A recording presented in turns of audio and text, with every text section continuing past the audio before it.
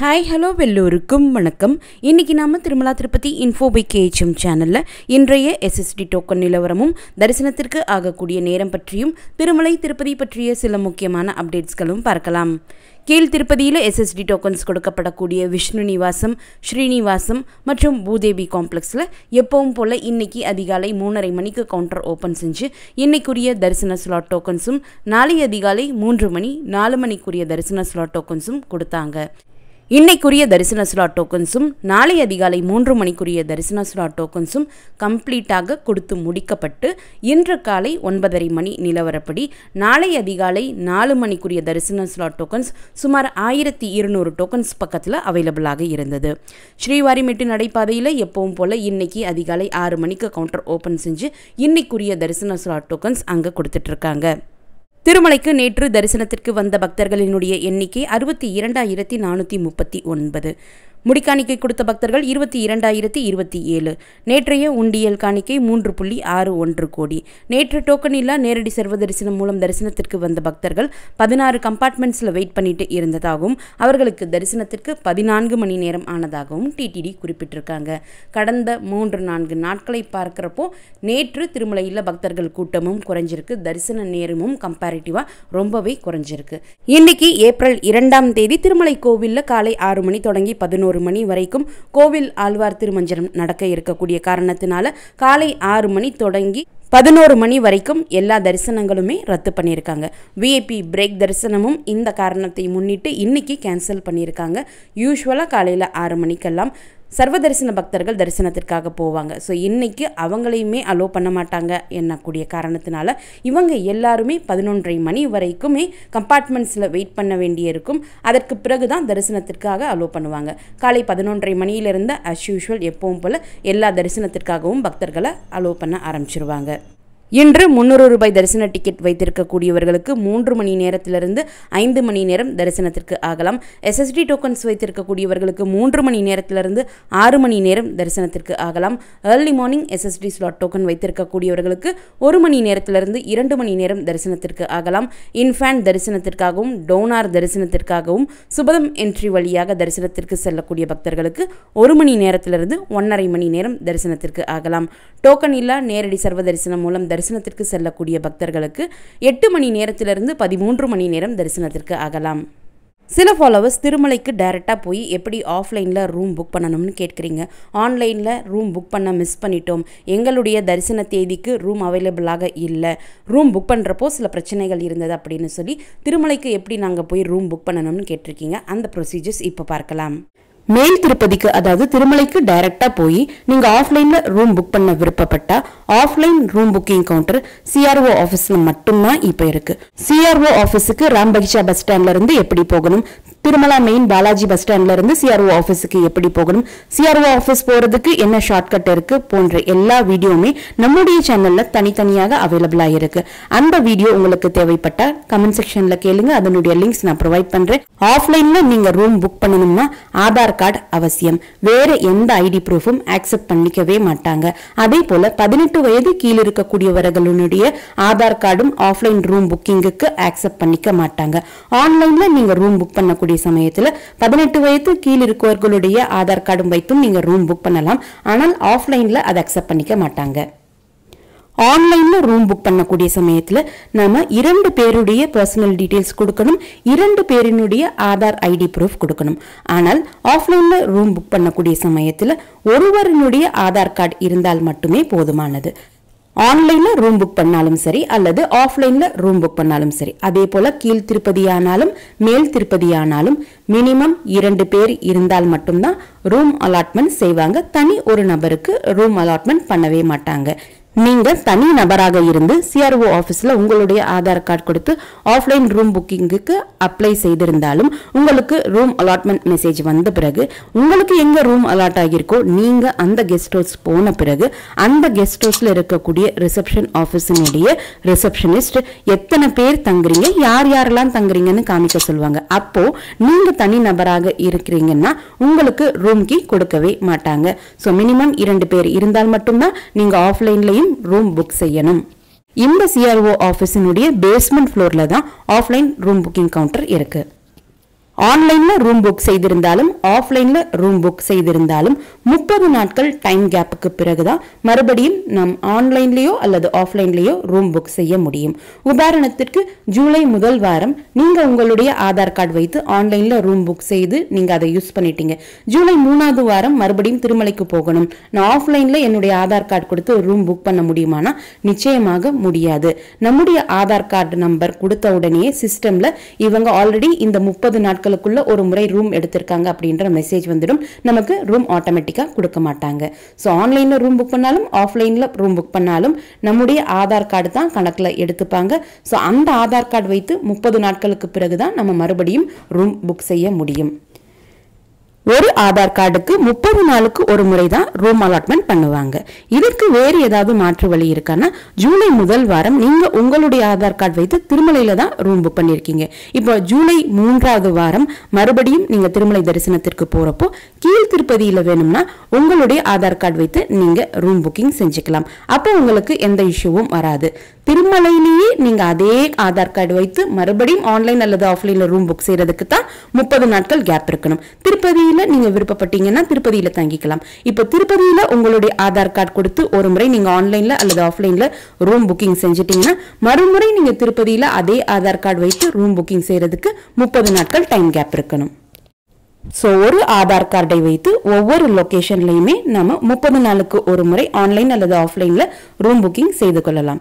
இப்போ தனி நபருக்கு வேற எந்த ரூம் ஆப்ஷனும் கிடையாது அப்படின்னா நீங்க பிரைவேட் மட்ஸ்ல விசாரிச்சு பார்க்கலாம். சில பிரைவேட் மட்ஸ்ல தனி நபருக்கு கொடுப்பாங்க, சில பிரைவேட் மட்ஸ்ல தனி நபருக்கு ரூம் கொடுக்க மாட்டாங்க.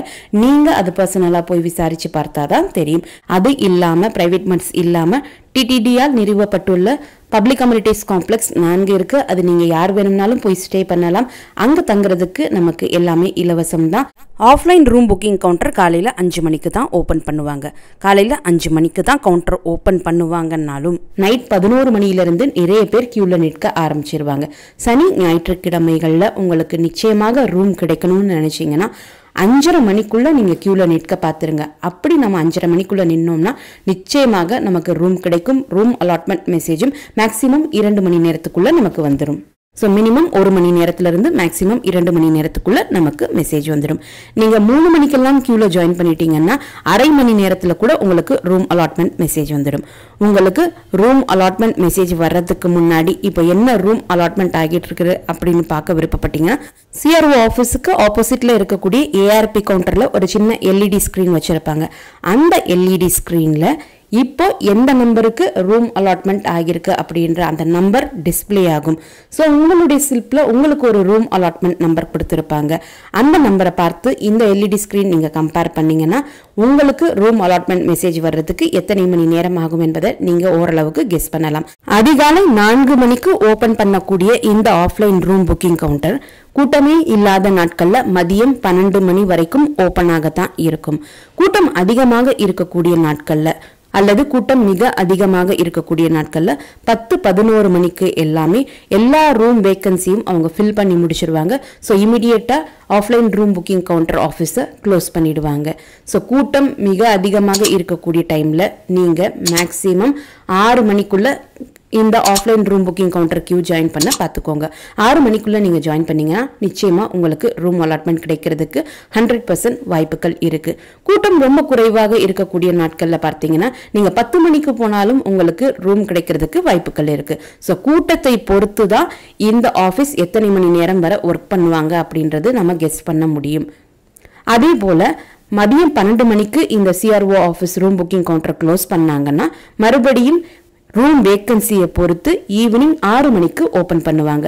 6 மணிக்கு offline room booking counter open பண்ணாலும் 3 மணியிலிருந்தே இந்த கியூல நிறைய பேர் நிற்க ஆரம்பிச்சிருவாங்க.